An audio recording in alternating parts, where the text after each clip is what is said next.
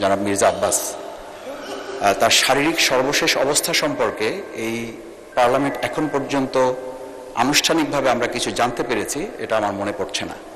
জনাব মির্জা আব্বাস আমাদেরকে চিঠি দিয়ে জানিয়েছেন শরীফ ওসমান হাদি শহীদ তার বিচারের যে প্রসঙ্গটি এসেছিল এ ব্যাপারে যে গুজব আছে সে ব্যাপারে জানা প্রয়োজন। অনেক ধন্যবাদ মাননীয় স্পিকার আপনাকে।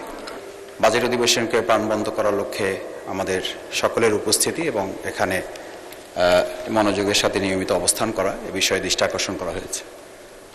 এই প্রেক্ষিতে আমি দুটো বিষয় আমার জানার বিষয়। একটা হচ্ছে যে আমরা শুরু থেকেই তার জন্য প্রাণ খুলে দোয়া করি।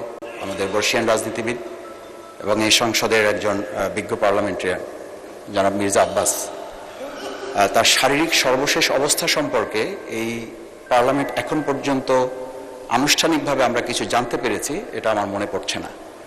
আমার প্রথম কথা হচ্ছে যে এই বিষয়ে তার সর্বশেষ পরিস্থিতি, পার্লামেন্টে তার শপথ গ্রহণ এবং তার শারীরিক সর্বশেষ অবস্থা। দ্বিতীয় হচ্ছে সরকার দলীয় আরও দুইজন সংসদ সদস্য যারা ঋণখেলাপি অবস্থায় আছেন, মামলা চলমান রয়েছেন, সেই বিষয়টিও এখানে সর্বশেষ পরিস্থিতি আমাদের সামনে। আমার মনে হয় আমরা একজন সংসদ সদস্য হিসাবে জানা দরকার যে আমরা এখনো পর্যন্ত পার্লামেন্টে অংশগ্রহণ করা কিংবা না করার প্রশ্নে তারা কি ভূমিকা পালন করতে পারছেন। সেই ক্ষেত্রে জনাব মির্জা আব্বাস মাননীয় সংসদ সদস্য, তার ব্যাপারে যেসব গুজবের ডালপালা আছে শহীদ শেখ আমাদের শরীফ ওসমান হাদির প্রসঙ্গে, এবং সেই গুজবে ঘিতে আগুনে ঘি ঢেলেছে সর্বশেষ মমতা বন্দ্যোপাধ্যায়ের যে বক্তব্য ছিল যে আমি যদি নাম বলে দিই তাহলে বাংলাদেশে এটা নিয়ে উতাল পাতাল হবে। আমার মধ্যে সেই সব প্রসঙ্গগুলোতে আমরা আর সামনে বাড়তে না দেওয়ার জন্যই স্বরাষ্ট্রমন্ত্রীর পক্ষ থেকেও এ ব্যাপারে ব্রিফ আমাদের কাছে আসা প্রয়োজন ছিল। আমি তিনটি বিষয় নিয়ে আসছি। একটা হচ্ছে আমাদের বিজ্ঞ পার্লামেন্টারিয়ান বর্ষিয়ান রাজনীতিবিদ জনাব মির্জা আব্বাস, ওনার বিষয়ে সর্বশেষ জানা প্রয়োজন। ধন্যবাদ। দ্বিতীয় হচ্ছে আমাদের যে দুইজন ঋণখেলাপি সরকার দলীয় তাদের বিষয়টি, এবং সর্বশেষ শরীফ ওসমান হাদি শহীদ তার বিচারের যে প্রসঙ্গটি এসেছিল এ ব্যাপারে যে গুজব আছে সে ব্যাপারে জানা প্রয়োজন। অনেক ধন্যবাদ মাননীয় স্পিকার আপনাকে। মাননীয় চিফ বলুন, গুজব সম্পর্কে কিছু বলবেন না? গুজব we don't take any notice.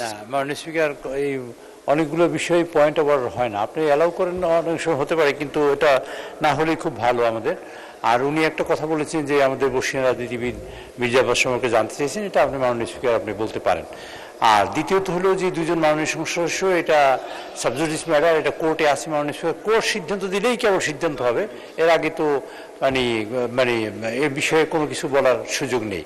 তা আমি মনে করি মাননীয় স্পিকার বাইরের বিষয়গুলো যেগুলা প্রয়োজনীয় নাই সেগুলো আমাদের পয়েন্ট অফ অর্ডারের নাম বলে আমাদের পার্লামেন্টের সময় যাতে না যায় সেদিকে আপনি দৃষ্টি রাখবেন। ধন্যবাদ মাননীয় স্পিকার। ধন্যবাদ। আমি বলতে যাওয়ার আগেই আপনি বলে ফেলেছেন এগুলো কোনো পয়েন্ট অফ অর্ডার না। তাছাড়া বলতে চাই জনাব মির্জা আব্বাস আমাদেরকে চিঠি দিয়ে জানিয়েছেন তার অবস্থা ক্রমাগত ভালো হচ্ছে, তো যথাসময়ে সুস্থ হলে তিনি এখানে আসবেন। বাকি গুজব কে কি বলেছে, কার সম্পর্কে কি গুজব, এগুলো নিয়ে জাতীয় সংসদ সময় নষ্ট করতে পারে না, এবং সুতরাং পয়েন্ট অফ অর্ডার বলার সময় আপনারা চলমান বিষয়ের উপরে কিছু বলবেন এবং অযথা সংসদের সময় নষ্ট হয় এমন কিছু উত্থাপন তুলবেন না। গুজব কখনো জাতীয় সংসদের বিবেচ্য বিষয় নয়। আর তাছাড়া যেসব বিষয় সাবজুডিস আদালতে চলমান আছে সেগুলোর চূড়ান্ত সিদ্ধান্ত জানার পরই জানানো হবে। কোনো সংসদ সদস্য যদি সদস্য পদ চলে যায় যথাসময়ে সংসদ থেকে সবাইকে জানিয়ে দেওয়া হবে। ধন্যবাদ।